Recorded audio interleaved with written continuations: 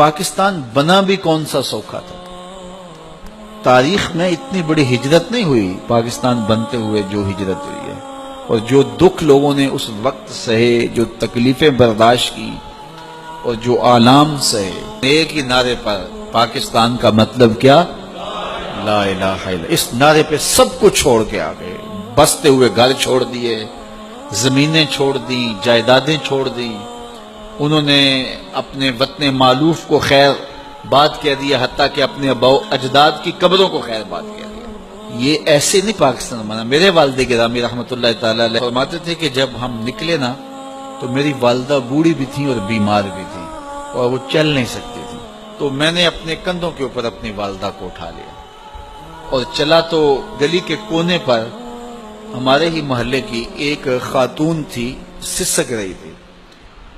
اس کے پیچھے سکھ دوڑا اور وہ 2 منزلہ مکان تھا ان کا. وہ چھت پہ چڑھی تو وہ چھت پہ چڑھ گیا تو اس نے وہاں سے چھلانگ لگا لی.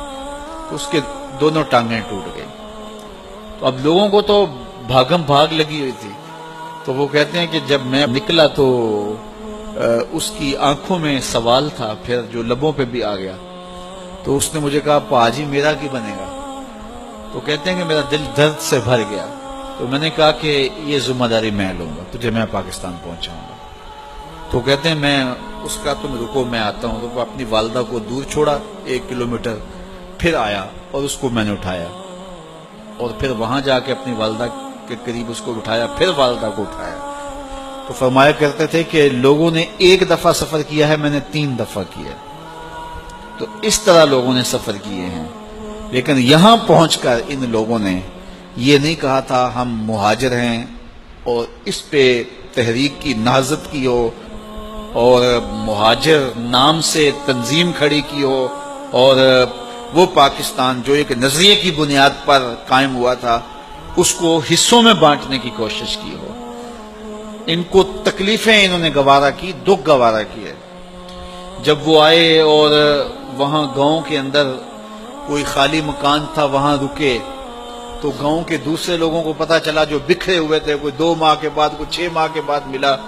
تو کوئی آیا تو اس کو مکان دیا تو آپ حویلی میں چلے گئے.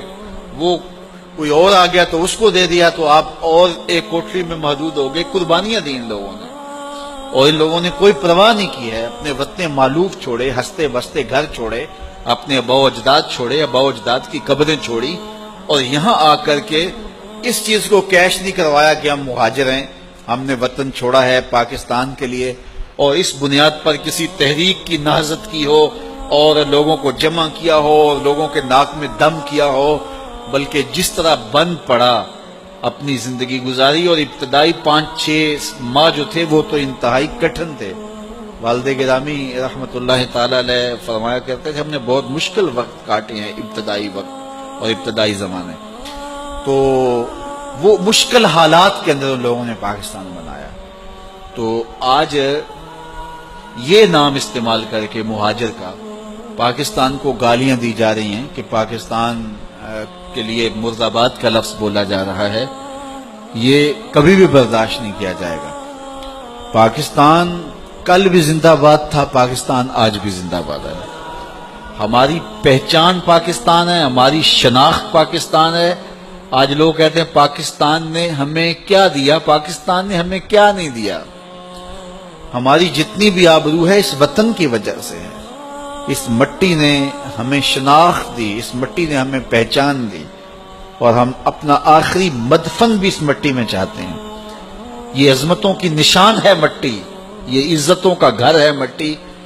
میں یہ بات کہا کرتا ہوں کہ کچھ لوگوں کے رہنے کا یہاں انداز ایسے ہے جس طرح کرائے کا مکان ہو، لیکن ہم کرائے کے مکان میں نہیں رہتے. شکستہ ہے لیکن گھر اپنا ہے. ہم نے اس گھر میں رہنا ہے، اس گھر میں زندگی گزارنی ہے. اس لیے ہم اس کے ساتھ وہی سلوک کریں گے جو اپنے گھر کے ساتھ سلوک کرتے ہیں. تو یہ ہماری محبتوں کا مرکز ہے، ہماری عقیدتوں کا محور ہے. مختلف جگہوں سے لوگ آتے ہیں، بیرون ملک جب لوگ جاتے ہیں تو مجھ سے ملنے آتے ہیں، جناب دعا کیجیے میں بیرون ملک جا رہا ہوں، کوئی وصیت کیجیے. تو میں انہیں یہی کہتا ہوں کہ تم پاکستان اور اسلام کے نمائندے بن کے جا رہے ہو، تو خیال رکھنا کہ پاکستان کو اور اسلام کو کبھی بھی آنچ نہ آنے دینا اور ان کو کبھی بھی بدنام نہ ہو.